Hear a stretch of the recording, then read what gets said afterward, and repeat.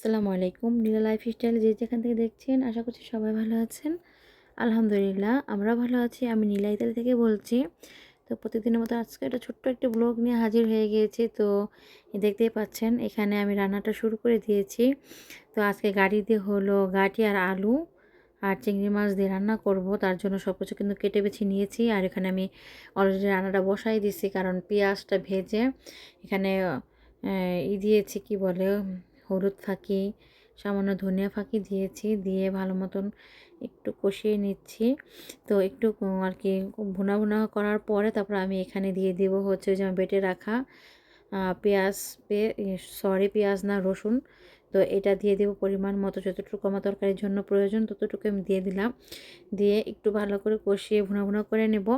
তারপরে এই যে দেখেন দিয়ে দিলাম, একদম অল্প মশলা দিয়েছি। আর এই যে আমার এখানকার অবস্থা খুবই খারাপ, দেখতেই পাচ্ছেন। এখানে ঝটপট করে এখন আমি এটা ধুয়ে নেব, কারণ আজকে স্কুলে গিয়েছিলাম।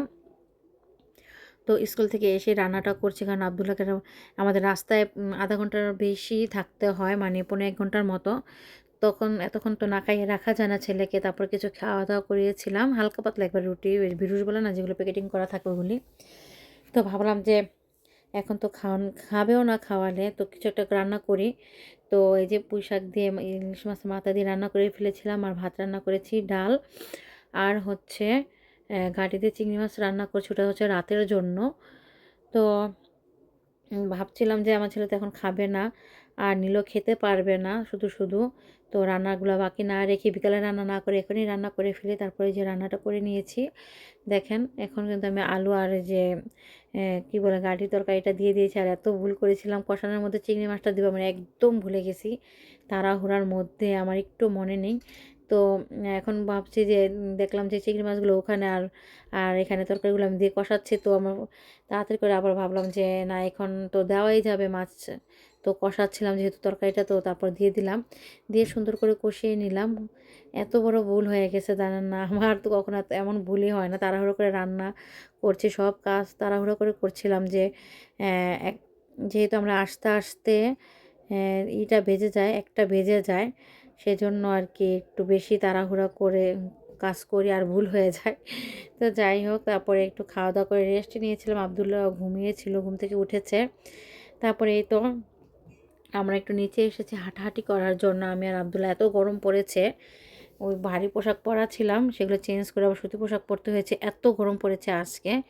দেখেন এই যে পুদিনা পাতা গাছগুলি, কিছুদিন আগেও দেখেছি একেবারে ছোট ছোট, এখানে 2 আইটেমের পুদিনা পাতা গাছ আছে।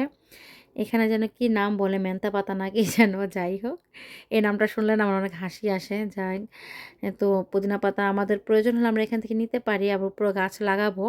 তো লাগালে তো অবশ্যই শেয়ার করবো। এত ঘ্রাণ দেখেন, 2 আইটেমের পাতা আবদুল্লাহ বাবাই বলল। তো আমার কাছে খুবই ভালো লাগছিল, অনেক সুন্দর ঘ্রাণ। তো একটা হচ্ছে আমাদের ওই যে গোল গোল হয় না দেশি, ওরকম ঘ্রাণ। আর দেখতে প্রায় ওরকমই, কিন্তু একটু বড় সাইজ। আর এইগুলা হচ্ছে এই যে বিলাতি যেটা আছে আর কি চাষ করা বলে না, আর একটা ওইটা হচ্ছে এটা। তো এই যে এবার কোনো গাছই লাগাবে না তেমন নাকি।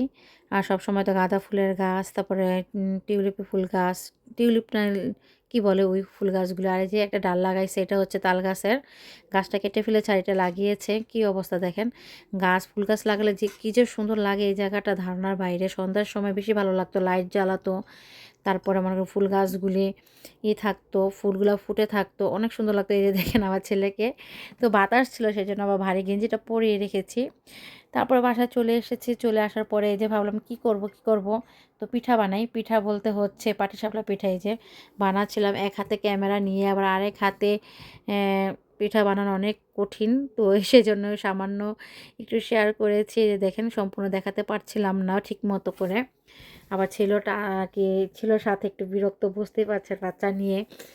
এই যে পাটিসাপলা পিঠাটা দেখেন, তো মাঝে মাঝে মনে চাইলে এরকম করে বানিয়ে খেয়ে আর কি খাওয়ার চেষ্টা করি। তো কেমন হয়েছে, আর আমার ভিডিওটা পাশে থেকে যাবেন। আল্লাহ হাফেজ, সব ভালো থাকবেন।